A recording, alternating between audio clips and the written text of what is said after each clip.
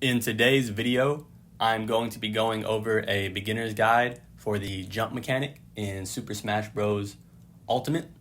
I am going to be explaining some things that you may know about the jump mechanic, and as well as some things that you may not know, and also give you some advice on when to use these specific mechanics in Smash Ultimate. So to start things off, in Smash Ultimate, you have access to a jump or a double jump. So your regular jump on Sephiroth looks like this. Your double jump looks like this. Exactly as the name sounds, it's just one jump or two jumps. However, there are some specialized characters in the game, such as Kirby over here on the right, who get access to multiple jumps. So as you can see, Kirby, I was able to jump 6 times.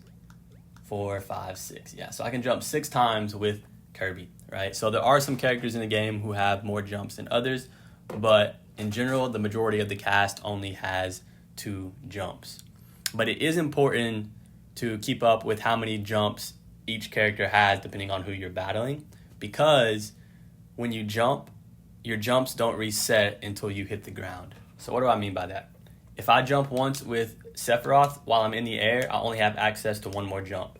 After I jump twice, I cannot jump again after that until I hit the ground. And the ground means I can hit, the ground I'm on right now. It also means if I land on a platform too. So your jumps do not reset until you hit the ground. So with Kirby, it's the same thing, right? If I jump 3 times right here, I only have access to 1, 2, 3 more jumps, and then I cannot jump again until I hit the ground. That's very important to keep in mind for a lot of situations, because if you lose access to all your jumps and you're off the side of the stage, you may not be able to get back, right? And then also you want to keep track of how many jumps your enemy has, because the jump is a very important mechanic in the air to be able to dodge your opponent, right? So let's say that you jumped once, or they knock you up in the air, right? So you're way up here and they're going to come swing at you. You can jump the other way or jump a little bit higher to get out of the way of their swing, right? So your jump gives you a lot of mobility, so you want to value those and keep track of how many you have and how many your opponents have as well. So another thing that you may not know about the jumps is that you have access to something called a short hop. So on Sephiroth here on the left, right, this is my full hop. So it's basically your regular jump, right? And then obviously here's my double jump. However, you have access to something called a short hop, and it looks like this. It's exactly as the name sounds. I just jump lower to the ground, right? So here's my full jump, here's my short hop. So how do you do the short hop mechanic? Well, there's 2 ways. The first way is that you can tap your jump button extremely fast. When I say really fast, I mean really fast. So you just quickly tap it and let go of your thumb, right? This may take some practice to be able to do, and you may mess it up and end up accidentally doing a full hop. The second way, which may be easier for you, is to map a second jump button to your controller.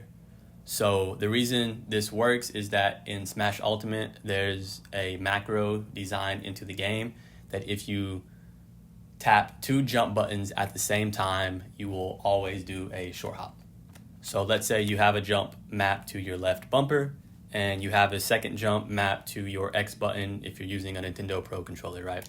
So you can tap X and your left bumper at the same time, and you'll always perform a short hop. So that's the second way to perform a short hop. The last thing that you may not know about jumps is something called a instant double jump, or IDJ for short. So this is normally seen as a more advanced mechanic, but it's really not. It's exactly as the name sounds. So this is your regular double jump right here, right? With the instant double jump, you're basically getting out that second jump in an instant. So how you do it is that after you input your first jump, within 1 frame of inputting your first jump, I believe, there's like a 1 frame window, I want to say, you input your second jump. And you'll basically instant double jump, right? You'll get both your jumps out really quick. And what it does is that you'll go higher than your regular jump, right? But you won't go as high as your double jump.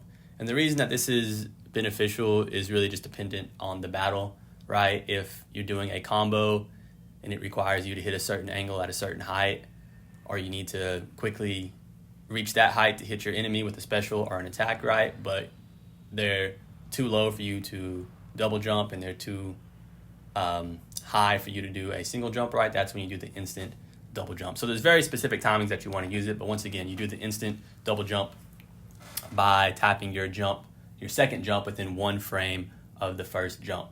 And it's easier to do that if you have a second jump button on your controller, specifically one on the back button, because then you can tap the back button and then instantly do your double jump, like right there, or your instant double jump. So that is all the tips and advice I have for your jumps and the mechanics on how to do them. Once again, you have the full hop, the double jump, your short hop, and then the instant double jump. And your jumps do not reset until you hit the stage or a platform. So keep track of yours and your opponent's jumps.